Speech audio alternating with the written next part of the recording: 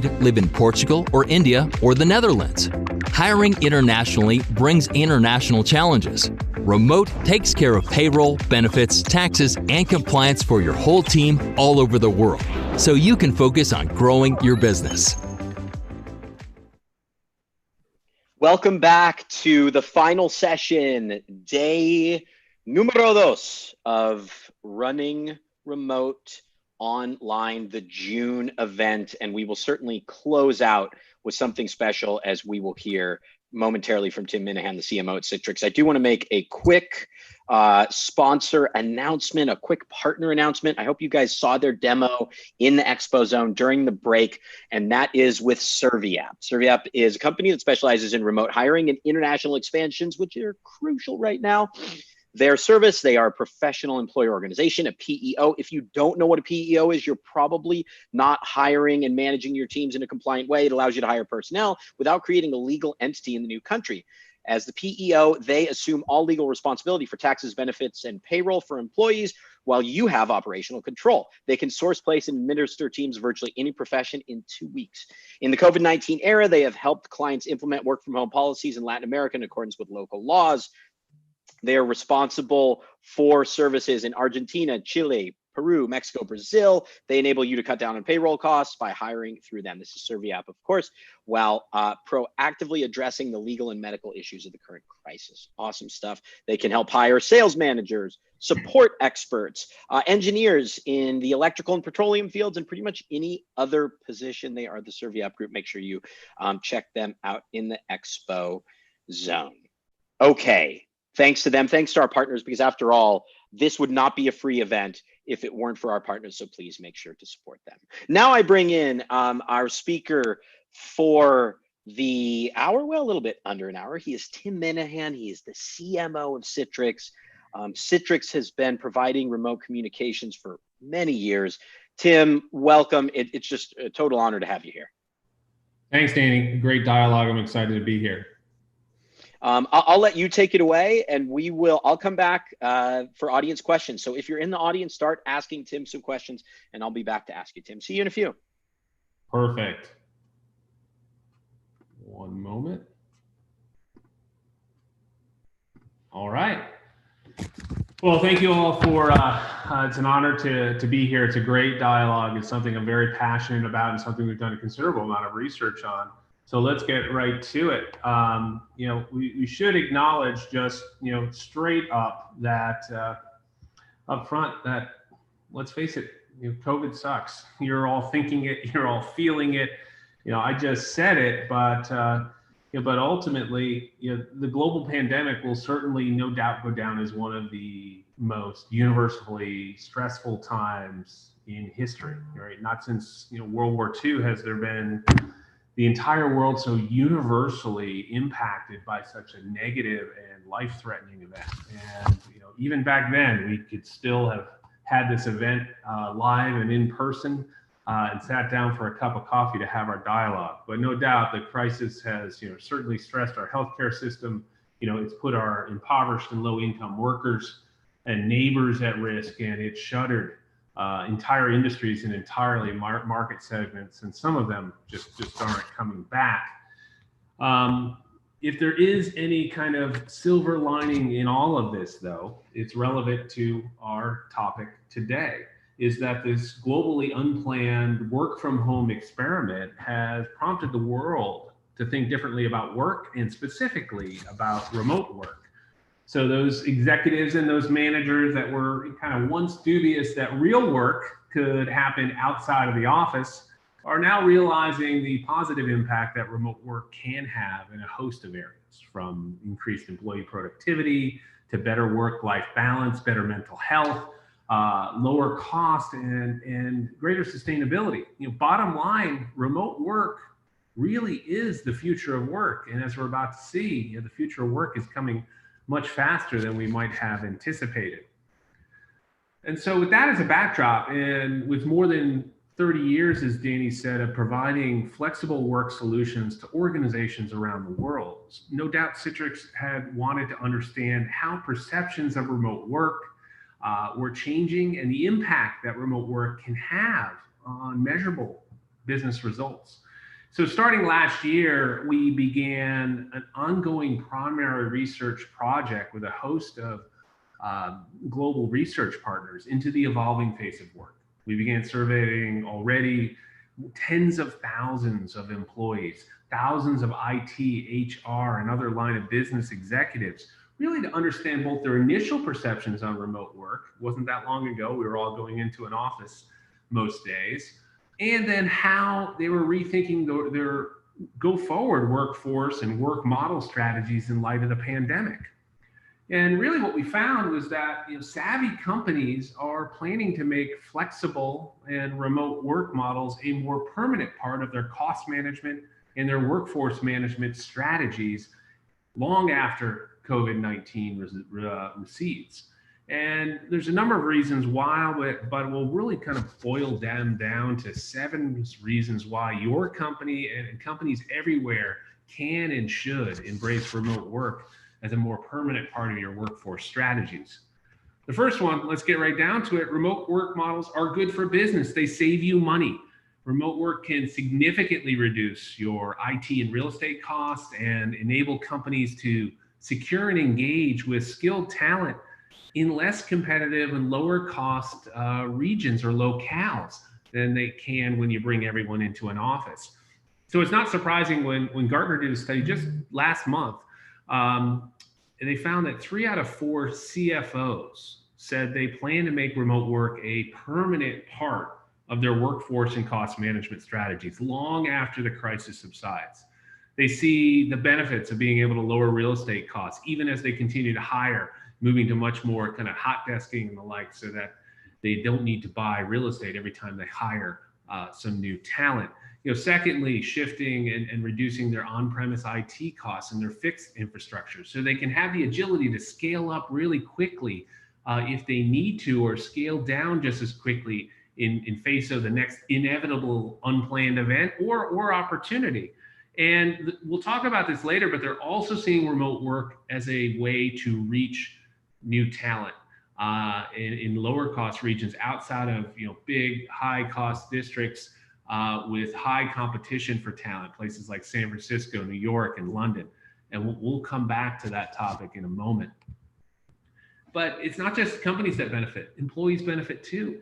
Beyond just the obvious ability for employees to live outside high rent districts. You're seeing in the news today how employees now are leaving places like Silicon Valley and the like for more remote locales because they've experienced remote work.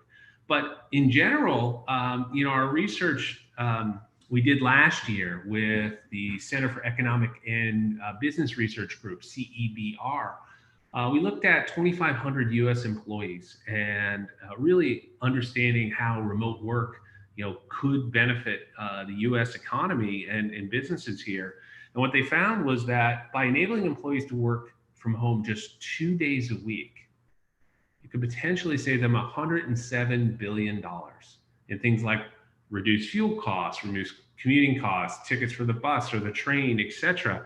And it all, as well as giving them time back. And that's value that can go back into the economy, reinvested in food, in education, the local economy. And it's really, you think about it, remote work is quickly becoming one of the fastest and most impactful stimulus packages that we can enact here in this country and around the world.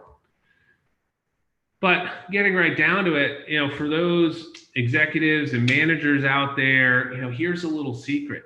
Your employees are more productive when working remotely. Global productivity, if you look at the Economist reports, has really been on the decline for the past 15 years. And a key contributor to that is all of the distractions and the bureaucracy and the stress that are keeping employees from doing their best work in the office. And remote work could be on the cusp of reversing that trend, free from the stress of commuting, of complex and bureaucratic, systems in the office, idle water cooler interruptions. Remote workers have been given the chance to succeed. And so in a study we did this year together with OnePoll, we surveyed 10,000 employees around the globe, 8 different countries. What we found was that nearly 70% of respondents said they felt more focused and more productive since working from home than they did in the office. And that complements a related study we did last year with Quartz Media that found that employees felt they were more creative and more innovative when working remotely. So this is a real boost to actually getting the value out of your employees and empowering them to do their very best work. But they also, and this could be a dual-edged sword, they're also working longer hours too. So despite misconceptions that work from home employees, spend their days running errands or watching Netflix from the couch, the reality is that most put in longer hours when working remotely. In fact, 72% of employees responding to that poll I just mentioned said they work either the same or more hours when working from home than when they work in the office. And that makes total logic sense. Whoops, excuse me. That employees working from home typically start their days earlier because they don't have to do the commute. And they're more apt to work later in the night because the office is only a few steps away. And while this might seem like a positive to execs and managers, it does have some negatives too, and limits and impact on employee burnout and the like. And it's something should be addressed in your work practices by encouraging employees to embrace a more flexible workday with scheduled breaks built in and the like. We're going to talk about that a little bit more detail towards the end of this segment. But there are other benefits too. Remote workers are actually more balanced, because they have the flexibility to manage their personal lives while working. 83% of workers feel that they have a better work-life balance when working from home. On average, they take about 30 minutes of breaks throughout the day, and that's compared to just 20 minutes when in the office. And during this time, they do a host of activities, manage needs for their families, such as homeschooling projects, doing chores, working out, or even meditating, giving themselves a mental break. And so they're less stressed and they can get more focused on work. In fact, that CEBR study I was mentioning last year that said, again, if those employees just work from home 2 days a week, they would benefit from almost 12 billion additional hours given back to U.S. employees that are working today for personal activities, or in some case to finish that task that you couldn't get done at the end of the day. But probably for me, the most significant thing is that remote work unlocks new talent pools and new work models. Now, if you can remember way back, just like 6 months ago, prior to the global pandemic, businesses were struggling with a global shortage of medium to high skilled workers. So they're battling this talent war. And this challenge was actually exacerbated by overarching workforce management and work models, which organize work around a work hub in a city, a call center, an office building, and the like, that hadn't really been updated since the time of Henry Ford. So what we're seeing now with this kind of unplanned work from home experiment is that companies are becoming, as are employees, more comfortable with technology-enabled remote work models. It's opened their eyes to the potential of hiring the best talent wherever that is.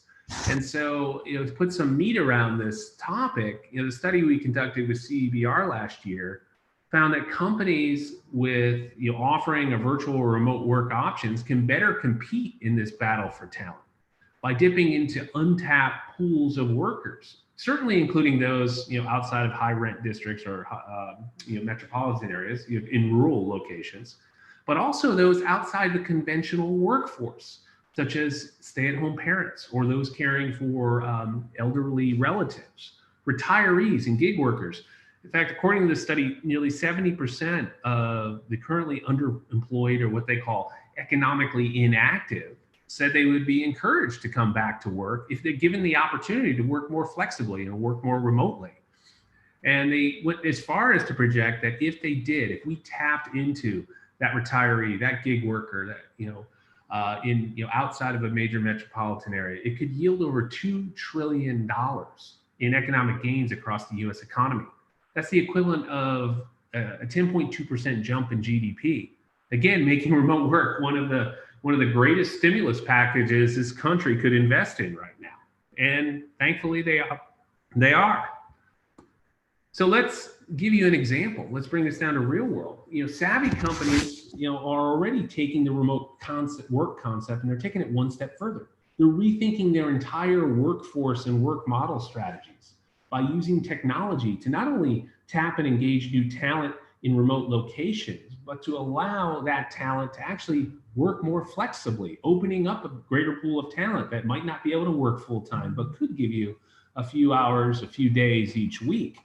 One of the early movers in this emerging, remote work model was eBay. So a few years ago, they came to us and they said, you know what, we give up. They had, like many of their competitors, call center hubs in major metropolitan areas, which were candidly right down the street from the call center hubs put up by their competitors and other tech companies, that had, and this was creating a challenge on employee recruitment. It increased the wages they needed to pay to each and every employee just to get them on board, and it created a turnover nightmare. Their executives told me that we spend like 6 months training up a new employee, and then the average tenure is less than a year.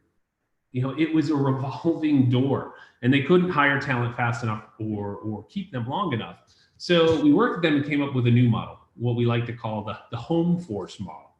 The concept was for eBay to recruit talent in competitive locales, that stay-at-home parent in Montana, the retiree in Florida, the gig worker in Memphis, and use our digital workspace technology to arm workers with the applications and the knowledge base that they needed to provide high-quality customer support, and to ensure the reliable connectivity and performance so customers couldn't tell that the worker, the call center worker responding to their question wasn't in a centralized call center on a corporate network.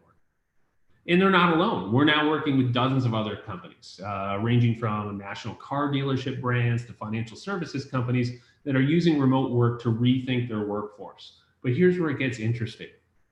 The other interesting thing they're doing is testing in this model is allowing this home force to work their own hours. So logging into support calls when they have, say, a couple hours on a Wednesday, and logging out when they have other obligations. And it's a massive, if you will, Uberification of work, really built on the back of the remote work model. It's incredibly exciting for the opportunity it opens up. And finally, most significantly, what we're seeing now, our research has found that this massive remote work experiment has had a very positive unintended side effect. It's improved the environment. So with the waters in the canals of Venice running clear and skylines from LA to Bombay free of smog for the first time in ages, organizations are really beginning to wake up to the environmental benefits of remote working and remote learning. And so Citrix sponsored research conducted at the University of Warwick Computer Science Department last year, found that employees that work from home just 2 days a week would cut their carbon dioxide emissions generated by commuting by over 40%. So by some estimates, such flexible work plans could reduce carbon emissions by 21.4 million tons annually. Just think about, and you're already seeing the positive impact that can have in your environment. And just to put a little color on that, I was reminded of the environmental impacts most directly, the impacts and positive impacts of remote work most directly during a panel discussion that I led as part of the Citrix Remote Work virtual series just 2 weeks ago. My panelists included IT leaders from colleges and universities of all shapes and locations. And while most of the discussion really focused on the future of education and collegiate education, which, by the way, will be blended online and physical going forward, well beyond the pandemic. But it was the University of Cambridge that you see here in the UK, one of the oldest and the most prestigious colleges in the world, that embarked on their own remote work model before the pandemic for their administration and back office personnel, and as a way to be a key contributor of kind of this IT generated sustainability initiative they had to be carbon neutral by 2023. And the pandemic really only accelerated this across the university system. So they're really, we're in the right place at the right time. Planning for doing better in the environment actually allowed them to do better and more and work more safely in the business. But the business and personal benefits of remote work might be clear. We're honest. Remote work isn't always that pretty. We each have our own stories, if you will, of wasted time setting up Zoom calls or unplanned cameos of children or pets, like you see here. In fact, my team has probably come to enjoy seeing my pets on screen more than me. But and remote work is certainly a different routine that requires different skills than working in the office. And our research, found that workers, let's say, behave differently when they work from home. And I'll share a couple interesting, bits of trivia and side note here. First, a quarter of all workers we polled earlier this year said they sleep in until the last possible second before getting on that Zoom call and resuming their day. Worse than that, only 1/3 actually admit to showering each day, and even fewer perform their daily makeup or grooming. But the most alarming one to me is that nearly 1/3 of respondents said they admitted to taking business calls from the bathroom. So there's that. But joking aside, remote work requires managers and employees to adapt their approaches to work, both to be productive and to avoid burnout and candidly remain sane. So some approaches that Citrix, our research has found that we're employing directly and that I'm employing personally as a leader within the company, include just a few samplings here. First off, working from home is not business as usual. You can't expect to keep a globally distributed and remote team's attention with a multi-hour meeting with multiple topics. Instead, I began borrowing from some digital marketing and media best practices, right? So designing for that digital engagement, right? Keeping things short, keeping things focused and engaged. With my team, I encourage shorter, more frequent meetings, single topic meetings, so people can come prepared, stay focused, and know the value they're going to get out of that meeting. Secondly, forcing more frequent communications with, working remote can be isolating in normal times, but, in this time while your shelter's in place and you can't go anywhere else and escape, you really do want to know what's going on. You want to understand how things are changing, how policies are changing. When are they possibly opening up the offices again? What support services are you providing? And so one way my leadership team stays informed was we transitioned to virtual stand-up meetings. They're scheduled for 30 minutes. They're typically less, and they're really designed to provide transparency of what's going on across the organization. Communications, marketing programs, any blockers that need to be addressed. And importantly, we set these meetings up not to strategize or resolve issues during these quote unquote stand-up meetings, but we assign the right leaders to go resolve them offline and maybe report back the following way. And then in the interim, we do those twice a week. In the interim, we certainly use our Slack channels to extend, information sharing both across the leadership team and across the broader team. But I think it's also important is not to forget the physical part and don't neglect, the face-to-face as well as the voice-to-voice. I try to make a point of picking up the phone to call people, getting that contact, not to talk about business, but just to understand how they're doing. So like almost every company, and we're seeing here, we instituted a cameras on policy, right? You want to see your face. And while it was uncomfortable at first, people really began to see the value of staying focused, of engaging eye contact with people.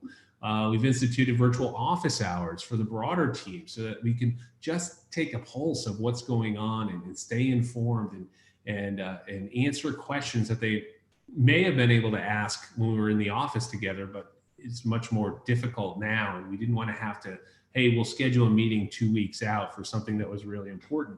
And our research and personal experience shows that the thing that employees miss most during all of this shelter in place, work from home mandate is the informal social interaction with peers. And so, one of the things we've introduced is we call Work Style Thursdays, in which we encourage team members to use our marketing Slack to share either videos or visual experiences of what their own home life and work life is about.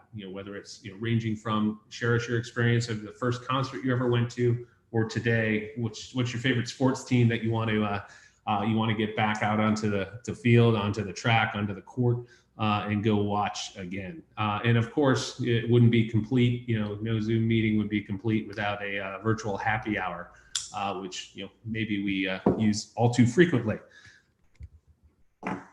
Now, as the world evolves into kind of month 4 or 5, we've lost track to work from home. We're certainly seeing a rise in employees feeling overwhelmed and burnt out. That's what our research is showing. That's what our own teams are telling us. And too often workers find it hard to stop working. That device or that Slack message is only just a kind of a few feet away. So we encourage our employees to set up office hours, right, and communicate them clearly with both your family internally, so they're not disrupting you during office hours, but also your colleagues, so that they're not expecting you to respond after a certain hour or during a certain time, right? Putting the home back in, work from home. And one of the best examples I saw of this was Jason Fried, who's the CEO of Basecamp, set a policy within the company that said, hey, after 7 p.m. on a given night, do not expect a response from any team member, including himself, until after 9 a.m. the next morning. And I know it sounds simple, but it really takes a lot of that hidden pressure of the urgency to respond. And it's allowed them to create a very engaged and positive work environment there. In addition, also be sure to encourage your employees to take some me time, right? Whether that means getting away from the family, going for walks, meditating, exercising, time to recharge their batteries. At Citrix, our HR team has done a phenomenal job. Twice a week, they have mindful sessions that are led in helping you meditate and take your mind off of things and recharge your batteries. They have a whole host of wellness resources around how to deal with remote working that are incredibly valuable. And now we're moving on to encouraging employees to make sure that they take time off, even if it's just a long weekend. We're also even considering doing a mandatory company-wide vacation so that we remove that added stress of, well, I'm out of the office, but my coworkers aren't, so I want to be here. And so, my final takeaway, and I'm eager for the Q&A here, is for all of you, right? Again, no doubt as we started this, I think we all agree this is not the environment we wanted to be in. However, embrace the silver lining. It may not seem like that right now, but the world is going to eventually emerge out of this pandemic. And when we take that retrospective on lessons learned, from the crisis, one of the most positive impacts that, is that corporations and employees will be open to and eager to and driving towards embracing more flexible work models, right? So the very same approaches that have helped organizations keep their employees safe and productive and connected during this crisis are going to unlock new levels of agility, allowing companies to rethink their entire business structure, their office structure, unlock entirely new pools of talent, and create a new level of company employee trust and partnership that we haven't seen in decades. So I look forward to the future. The future of work certainly is remote, and it's coming faster than we might have expected. So with that, Danny, I will questions. Sam, my first question, and I have a couple questions for you personally before we dig into the audience questions. How long have you been at the company, by the way? It is just a little over 4 years now. Citrix is just seen as a much more traditional player in the space, right? But it also gives you an advantage because you've been thinking about this type of work as an organization for much longer than other competitors, right? And other companies in the space. Like, can you, I think you understand what I'm saying. Can you kind of walk me through how the Citrix mindset around remote work has evolved over, let's say, the last 15 years? You only know about the last 4, right? Yeah. Perhaps, but like, how has the company evolved and now just such a huge leader in the space when the space needs it the most? Great, sure, Danny. Yeah, absolutely. Yes, you're absolutely correct. So Citrix is, kind of a 3-decade-old, startup that's really always been focused on powering a better way to work. We're pioneers in kind of this remote work model, using at the time virtualization technology. We've expanded that to a true digital workspace that supports the delivery and security of all of your applications. And the idea is to provide employees with a very consistent work experience across everywhere they need to work, whether that's in the office, whether that's on the road, or as we're finding out, whether it's from home now. And I think because of our experience, what we're seeing is customers are not just coming to us for technology. They're saying, hey, look, you've been at this for 30 years. What should we be doing? We're in the fortunate position of having practiced remote work ourselves for a number of years. So our transition was rather smooth. However, I will say, as I went through that last section there, there's a difference between traditional remote work models and one in the bubble of shelter in place. So there's a bit of added abnormality here, but to your point, we have, not because we're smarter than anyone, but through experience over the years, we are in a position to help guide our customers, guide the market, and we're eager to share our best practices in forums like this. Yeah, and I think that's certainly clear. Given what you said in your presentation, given exactly where, we are at this time in a global sense, how much of the first, it seems like every company went through the emergency remote work scenario, right? And the companies that had to go through that were using your tools, but at the same time, did your company have to go through that emergency transition as well? Well, I mean, certainly we had, we're a global company. We've, got, locations in, more than 20 countries around the world. And we went through a kind of a rolling plan, right? Obviously our offices in Asia were impacted first. And so we had to address that. But like I said, we had been doing remote work practices, and that should be one of the best advices I can give anyone. As you're thinking about, gee, how do I prepare for the next pandemic? Is not just have a plan in place, not just have the technology in place, the policies in place, but take the time to actually do fire drills. Remember when you were a kid and your parents used to make you climb out the ladder and the tree? Well, there was a reason for that. So when the emergency, if the emergency ever did happen, you were prepared, and that was an important part of us being able to transition smoothly within our own operations. Yeah, I can certainly see how it would be advising companies on what you're figuring out yourself in those very moments, right? Yeah. Cool. So we really are seeing three phases of this, right? The first, I don't know if I'm allowed to say this, I call them the oh shit phases. The first one was you are allowed to say that. We got to get everyone home. Slide this once. Yes, we got to get everyone home any way we can. Let's get them a device and use their own device. I don't care. Just VPN into the network. It will be great. And then now we're squarely in the phase two, where people are like, all right, we need to there's security issues popping up. There's connectivity issues popping up, and we need to think of a more long-term and operational approach to remote work. I use the analogy of, if your in-laws are coming to stay for the weekend, you don't mind sleeping on the fold-out couch, but if they're coming for 3 months, you probably need a different strategy. And that's kind of where this has definitely been the in-laws there for 3 months. Yeah. I mean, this has been or more. And then as we emerge out of this, you're hearing economies opening up, and companies are talking about back to office, but back to office is going to be anything but back to normal, right? And so remote work is going to play a major role as economies open up, and companies take a more measured approach to get back into the office. A question that ties into this a little bit from Liam Martin, who's the co-founder of Running Remote. Liam asked, during the peak of COVID, how many on-premise workers moved remote through your client base? That's... I don't have the exact number, but I will. Can you ballpark? I mean, I will give you an example, right?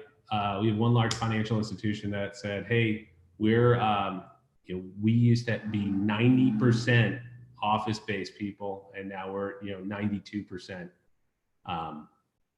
work from home, right? Literally over the money. But this is the companies that, I mean, I think the number he's probably looking for, the companies you work with, is probably, millions, if not tens of millions, right? Today, 400,000 companies, 100 million users around the globe.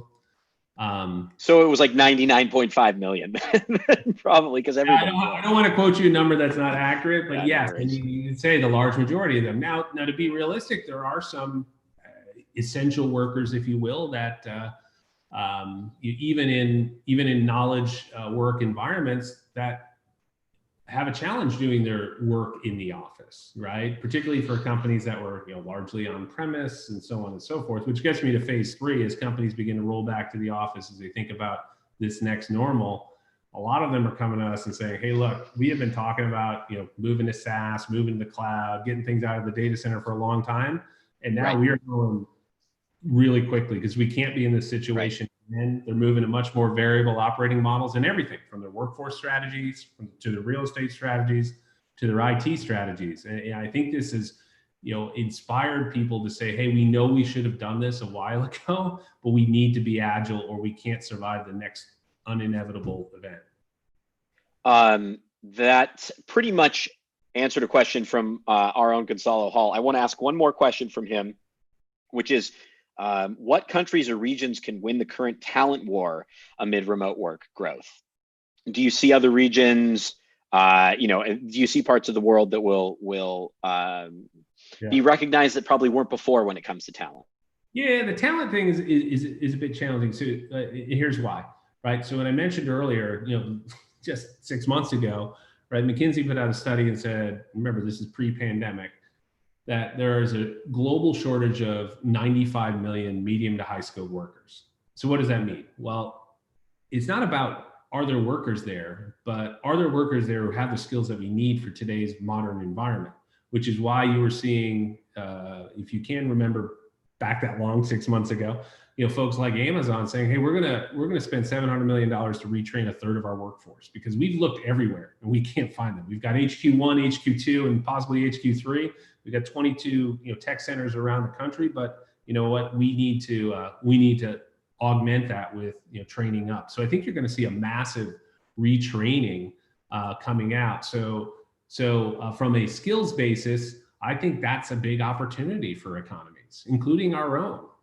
I get very excited when I think about these new talent pools that we can unlock, right? People who, whether it's Memphis, whether it's, Utah, whether it's some places where there haven't been tech hubs, but there's tech talent. Before, we wouldn't even thought about them. We're like, all right, well, you got to move to, Santa Clara, or you've got to move to New York, or you've got to move to Atlanta. Well, no longer do you it was where you were. Right. Now you all about where you were. You're going to where the talent is. I think that's just going to reset, a lot of thinking across the business world.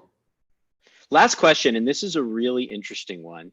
This is from Claudio Viola. Claudio says, for more or less, do we think we could see governments regulating remote work the same way they regulate co-located work, mandating certain types of chairs or no messages after X hours like they're doing in France, mandated breaks? This is really interesting. Great question, Claudia.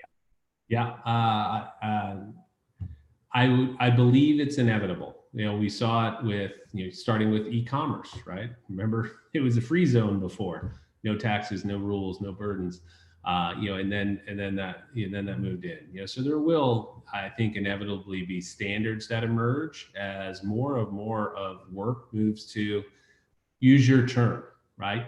The gig worker, the contractor, the knowledge economy, the et cetera, right? I think you're seeing a rising movement of that plays in with this remote work model. Remote work is unlocking those, right? A gig worker who, if their market is only where they could drive their car to, is probably not going to be putting enough bread on the table to keep things going. But because of the remote work model augmented with their skill set, suddenly you have folks like Upwork and others, these talent marketplaces that are really booming right now as companies say, hey, look, I can't hire any more people, but I got to get this project done. I'm going to go find that knowledge worker, and I'm going to use a digital workspace like similar to what Citrix provides.